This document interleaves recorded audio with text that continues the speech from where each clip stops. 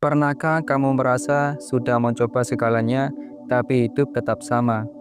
Resolusi ditulis setiap tahun, niat diperbarui setiap bulan, tapi pada akhirnya kita kembali ke pola lama, kebiasaan lama, versi lama dari diri sendiri.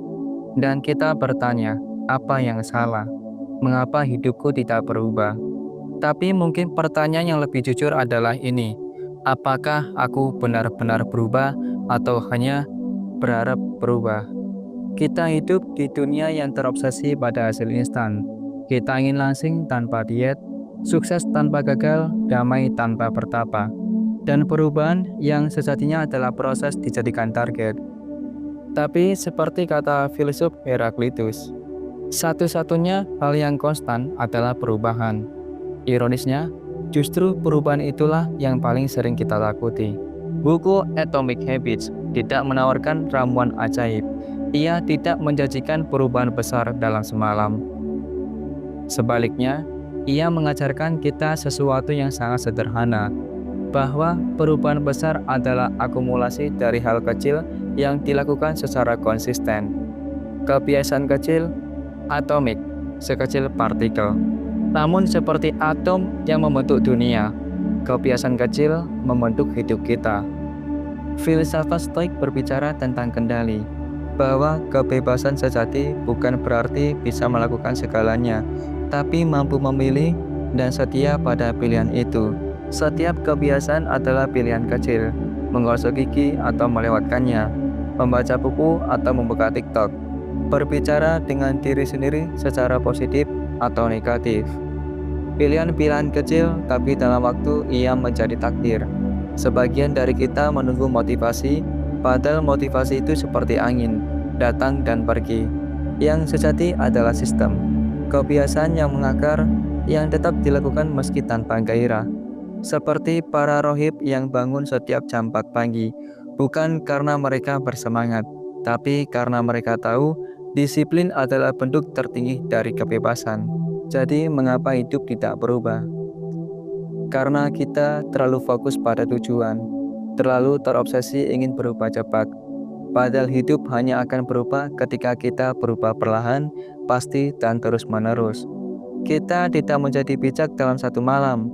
Kita tidak menjadi kuat dalam satu latihan. Tapi kita bisa menjadi lebih baik satu kebiasaan kecil dalam satu hari. Bab ini bukan tentang strategi, ini adalah undangan, sebuah ajakan untuk berhenti berpikir perubahan sebagai ledakan, tapi melihatnya sebagai tetes air yang membentuk batu. Karena pada akhirnya, kita bukan apa yang kita pikirkan, kita adalah apa yang kita lakukan berulang-ulang. Bayangkan sebuah balok es yang dingin suhunya minus 5 derajat. Kamu panaskan ruangan jadi minus 4, lalu minus 3, lalu minus 2. Tak ada yang terjadi, masih beku, masih tak bergerak. Lalu kamu naikkan suhu ke minus 1 derajat, lalu ke 0 derajat, dan tiba-tiba balok itu mulai mencair. Pertanyaannya, apakah suhu 0 derajat yang membuatnya mencair, atau seluruh proses sebelumnya yang tak terlihat hasilnya? Beginilah cara kerja kebiasaan. Kita menyapu lantai hari ini, tapi rumah tetap tampak berantakan. Kita menabung hari ini, tapi rekening tak berubah.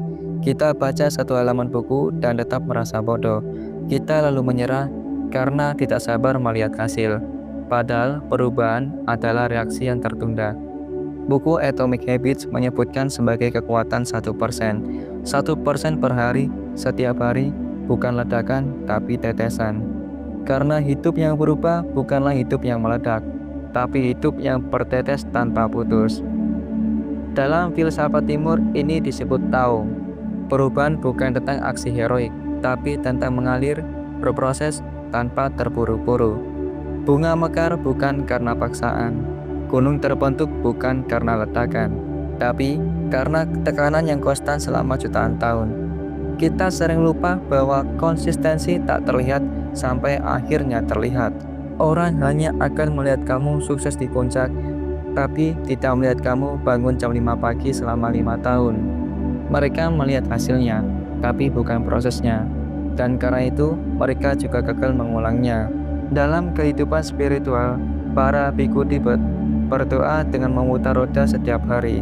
1 putaran, 2 putaran setiap hari, bukan karena langsung terasa, tapi karena mereka percaya perubahan tidak harus terasa untuk tetap bermakna. Begitulah kebiasaan. Ia bekerja diam-diam tanpa sorak-sorai, tapi suatu hari kamu menengok ke belakang dan menyadari kamu telah menjadi orang yang berbeda. Dan saat itulah kamu sadar bahwa kebiasaan kecil bukanlah hal kecil, mereka adalah skalanya. Kebanyakan orang ingin mengubah hidup, tapi caranya bertanya lebih dalam, siapa aku sebenarnya? Mereka ingin langsing, tapi tetap menyebut dirinya aku ini pemalas. Ingin disiplin, tapi masih percaya diri sebagai si tukang menunda. Mereka ingin berubah, tapi identitasnya tetap. Dan disitulah kesalahan dimulai. Atomic Habits mengajarkan satu prinsip radikal. Perubahan sejati bukanlah tentang mencapai tujuan, tapi tentang menjadi seseorang. Bukan hanya aku ingin menulis buku, tapi aku adalah seorang penulis. Bukan aku ingin hidup sehat, tapi aku adalah orang sehat. Identitas adalah akar dari kebiasaan. Dalam filsafat eksistensialisme, Sartre pernah mengatakan, kita terkutuk untuk bebas. Bebas artinya kita harus memilih siapa kita setiap hari, dan dari pilihan itulah lahir identitas. Tapi sayangnya kita sering membangun identitas dari kegagalan masa lalu. Kamu kan anak yang malas. Dari dulu kamu nggak pernah bisa konsisten. Kita menyerah label itu dan menjadikannya kenyataan. Padahal identitas bukanlah warisan, ia adalah keputusan. Dan setiap kebiasaan kecil adalah suara. Suara yang memilih identitas kita. Setiap kali kamu menulis, kamu sedang memilih menjadi penulis. Setiap kali kamu jujur, kamu sedang memilih menjadi orang yang bermoral. Setiap kali kamu bangun pagi, kamu sedang memilih menjadi orang yang disiplin. Bukan soal seberapa besar aksinya, tapi seberapa konsisten kamu memilihnya. Filsuf Stoik seperti Epictetus percaya bahwa manusia bukanlah apa yang terjadi padanya, tapi bagaimana ia merespon. Begitu pula identitas. Kita bukan siapa kita kemarin.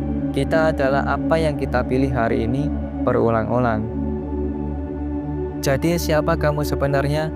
Lihatlah kebiasaanmu. Karena identitas bukan ditentukan dari cita-cita, tapi dari ritual kecil yang kamu lakukan bahkan saat tidak ada yang melihat. Kebiasaan bukan hanya tindakan yang diulang, ia adalah pola pikir, jalur saraf yang dibentuk oleh pengulangan. Kita sering berpikir kebiasaan adalah soal kemauan, padahal yang lebih penting adalah sistem dari otak kita. Atomic Habits mengungkap sebuah siklus sederhana. Isyarat, nafsu, respon, hadiah. Contoh sederhananya, notifikasi berbunyi di handphone. Kita ingin tahu isinya. Kita buka ponsel, kita merasa puas. Dan itu diulang hingga menjadi otomatis. Kita tak sadar bahwa kita telah dilatih oleh lingkungan kita sendiri. Otak adalah mesin efisiensi. Ia ingin hemat energi. Semakin sering kita melakukan sesuatu, semakin dalam jalur sarafnya. Itulah sebabnya kebiasaan terasa otomatis, bukan karena kamu lemah, tapi karena otakmu bekerja dengan sangat efisien. Filsafat Buddhis menyebut ini sebagai samskara, jejak mental. Semakin sering kamu berpikir cara tertentu, semakin mudah ia muncul kembali. Kemarahan, kemalasan, bahkan kecemasan bisa menjadi kebiasaan pikiran, dan kita mengulangi bukan karena sadar, tapi karena terbiasa. Tapi kabar baiknya, jika kebiasaan bisa dibentuk, maka ia juga bisa dibongkar. Dan prosesnya dimulai dari kesadaran, melihat isyarat, menyadari respon, membuat jeda di antara stimulus dan reaksi. Dalam filsafat timur, jeda itu disebut kesadaran murni, ruangan kecil di dalam diri, tempat kita bisa memilih, bukannya hanya bereaksi. Dan dari pilihan-pilihan itulah lahir kebebasan sejati. Kebiasaan bisa mengendalikan kita, atau kita yang mengendalikan kebiasaan. Kebiasaan bukan musuh, ia adalah alat, pisau bermata dua. Ia bisa membentuk kita menjadi luar biasa atau menghancurkan kita pelan-pelan. Dan semuanya dimulai dari isyarat kecil yang kita izinkan berulang. Kebiasaan dimulai dari isyarat, sesuatu yang kamu lihat, dengar, rasakan, dan isyarat ini membangkitkan kita keinginan. Kita makan bukan karena lapar, tapi karena melihat foto makanan. Kita merokok bukan karena butuh, tapi karena melihat teman melakukannya. Itulah kekuatan visual, dan itulah mengapa hukum pertama kebiasaan adalah jadikan terlihat. Atomic Habits menegaskan, jika kamu ingin mengubah kebiasaanmu, mulailah dari lingkungan, bukan dari tekad, tapi dari apa yang kamu lihat setiap hari. Ingin membaca lebih sering? Taruh buku di atas bantal. Ingin minum air putih? Letakkan botolnya tepat di depan mata. Karena kita bergerak bukan berdasarkan niat, tapi berdasarkan pemicu visual. Dalam filsafat modern, ini disebut sebagai determinisme lingkungan. Manusia bukan makhluk bebas sepenuhnya, kita sangat dipengaruhi oleh konteks. Ibarat biji, potensi tumbuh bukan ditentukan oleh keinginan biji itu, tapi oleh tanah, cahaya, air, dan musim. Begitu juga manusia. Lingkungan adalah tanah tempat kebiasaan bertumbuh. Kita terlalu sering menyalahkan diri sendiri, padahal yang salah adalah lingkungan yang tak mendukung. Kamu ingin berhenti main HP, tapi HP selalu di tangan. Ingin fokus, tapi meja penuh distraksi. Kita sedang berenang melawan arus. Dalam Zen ada ajaran, bersihkan ruanganmu, maka jiwamu ikut bersih. Itu bukan metafora, itu adalah strategi kebiasaan. Kamu ingin hidup lebih damai, buat rumahmu menjadi tenang. Ingin lebih kreatif, kelilingi dirimu dengan simbol yang memicu inspirasi, karena yang terlihat akan menumbuhkan keinginan. Lingkungan bukan hanya latar, ia adalah naskah diam-diam yang menuntun hidup kita, maka ubahlah naskahnya, dan ceritamu akan berubah. Setiap kebiasaan sebelum dilakukan harus terlebih dulu diinginkan, dan keinginan tidak datang dari logika, ia datang dari emosi. Kita tahu olahraga itu baik, tapi kita tidak ingin melakukannya. Kita tahu menunda itu buruk, tapi kita tetap melakukannya. Kenapa? Karena kita lebih tertarik pada apa yang menyenangkan, bukan apa yang benar. Inilah hukum kedua dalam Atomic Habits. Jadikan kebiasaanmu menarik, karena jika sesuatu membosankan, kita akan menjauhinya. Tapi jika sesuatu menarik, kita akan mengejarnya.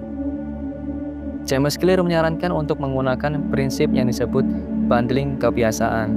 Gabungkan sesuatu yang kamu butuh lakukan dengan sesuatu yang kamu ingin lakukan. Contohnya, dengarkan podcast favorit hanya saat olahraga, minum kopi hanya setelah menulis 1 halaman, nonton YouTube setelah baca 5 halaman buku. Kamu mengikat kebiasaan baik dengan hadiah kecil, dan otak akan mulai mengasosiasikan yang membosankan dengan yang menyenangkan. Dan otak akan mulai mengasosiasikan yang membosankan dengan yang menyenangkan.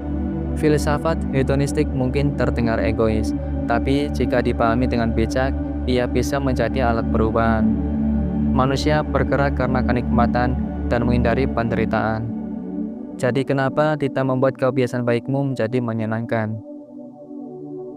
Dalam dunia spiritual, banyak ritual dibuat menjadi indah.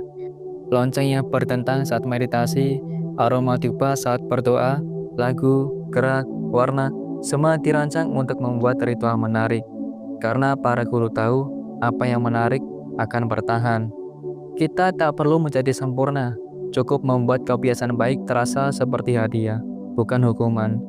Karena begitu kamu mulai menantikan rutinitasmu, maka kamu tak perlu lagi disiplin, kamu cukup menikmati. Bayangkan 2 orang, yang satu ingin menulis novel, yang lain hanya ingin menulis 1 kalimat per hari. Siapa yang akan menang dalam jangka panjang?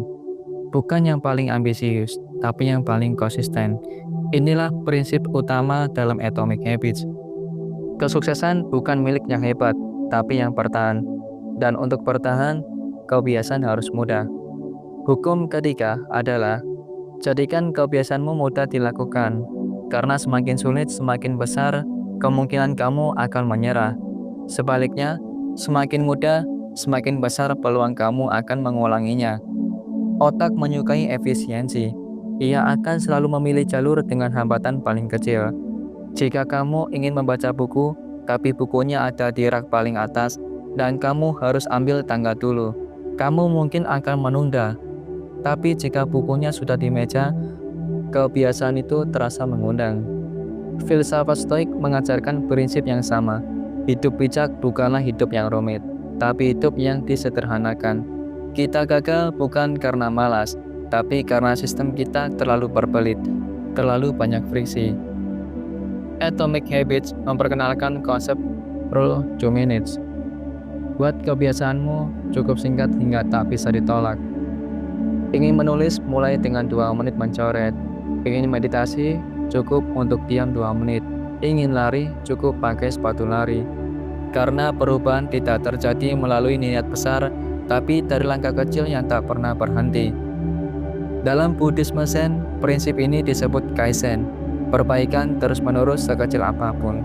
Karena yang penting bukan banyak atau sedikit, tapi berulang atau tidak.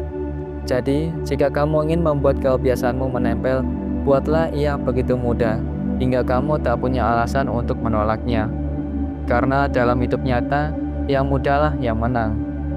Bayangkan kamu mencoba diet, tapi hasilnya baru terasa sebulan lagi, sementara camilan di meja langsung memberi kenikmatan.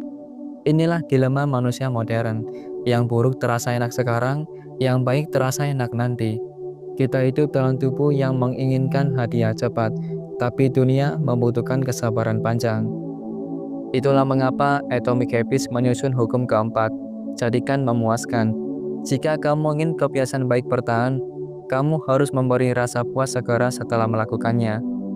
Otak kita adalah mesin pembelajar, ia belajar dari asosiasi. Makan gula terasa enak, maka akan dilakukan lagi. Olahraga merasa pegal dan lelah, maka akan dihindari. Tapi bagaimana jika kita bisa membaliknya? Olahraga lalu mandi air hangat plus playlist favorit, kita merasa puas. Menulis lalu beri checklist plus self-reward, kita merasa puas. Maka kebiasaan baik jadi identik dengan kesenangan, bukan penderitaan. Dalam ilmu perilaku ini disebut reinforcement. Perilaku yang diberi hadiah akan diulang.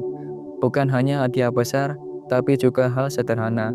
Mencentang tugas, melihat progres, memberi tepukan pada diri sendiri, karena otak tidak peduli besar hadiahnya. Yang penting langsung dan terasa. Filsafat Stoik mengajarkan prinsip syukur atas progres, bukan fokus pada hasil akhir, tapi menikmati setiap kemajuan kecil sebagai kemenangan. Setiap langkah adalah hadiah. Setiap pilihan baik adalah bukti bahwa kita berubah. Dan jika kita bisa merasakan perubahan itu, kita akan melanjutkannya. Atomic Habits menyarankan untuk membuat sistem pelacakan, kalender kebiasaan, grafik harian, catatan pribadi. Karena ketika kamu melihat dirimu berkembang, itu menjadi hadiah paling besar. Identitas baru sedang tumbuh. Jadi, jangan hanya lakukan yang benar, lakukan hingga terasa memuaskan. Karena perubahan sejati datang bukan dari rasa bersalah, tapi dari rasa bangga. Jika kebiasaan baik dibentuk dengan jadikan terlihat, jadikan menarik, jadikan mudah, dan jadikan memuaskan, maka kebiasaan buruk bisa dihambat dengan cara sebaliknya. James Clear menyarankan, balik tempat hukum itu, dan kamu akan membuat kebiasaan buruk menjadi tidak nyaman untuk diulang. Buat tak terlihat. Apa yang tak terlihat tak terpikirkan. Ingin kurangi waktu layar, simpan ponsel di laci. Ingin hindari camilan, jangan pajang di meja. Karena otak kita sangat visual. Jika kita tak melihatnya, keinginan pun memudar. Buat tak menarik. Kita menghindari apa yang membuat kita jijik. Terapkan asosiasi negatif pada kebiasaan buruk.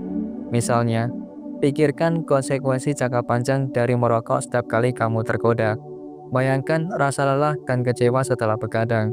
Kamu sedang melatih otak untuk tidak suka pada kebiasaan buruk itu. 3. Buat sulit. Tambah gesekan, maka keinginan akan luntur. Buat langkah tambahan untuk mengakses kebiasaan buruk. Contoh, logout dari sosial media. Hapus aplikasi pemicu distraksi. Simpan kartu kredit agar tak impulsif belanja online. Kebiasaan buruk tumbuh karena terlalu mudah. Buat ia menjadi melelahkan. 4. Buat tak memuaskan. Jika rasanya buruk, otak akan menolak mengulangnya. Gunakan rasa malu sosial, tanggung jawab, atau penalti ringan. Misalnya, ceritakan targetmu pada teman. Beri denda kecil ketika kamu melanggar. Catat setiap kemunduran. Dan setiap kali kamu terjatuh, jangan abaikan. Tanyakan, apa yang membuat ini terjadi? Apa yang bisa aku ubah agar tidak terulang? Kebiasaan buruk bukan dosa. Ia hanya sistem yang berjalan tanpa kesadaran. Tugas kita bukan menyalahkan diri, tapi mendesain ulang hidup kita. Dalam filosofi timur, ada istilah aprani hita, tanpa niat buruk tapi juga tanpa ketidaksadaran. Artinya, bertindak tanpa terbawa arus dan tanpa menanam benih keburukan dalam pikiran. Itulah kekuatan mindfulness, melihat dengan jernih dan merancang ulang hidup, satu pilihan dalam satu waktu.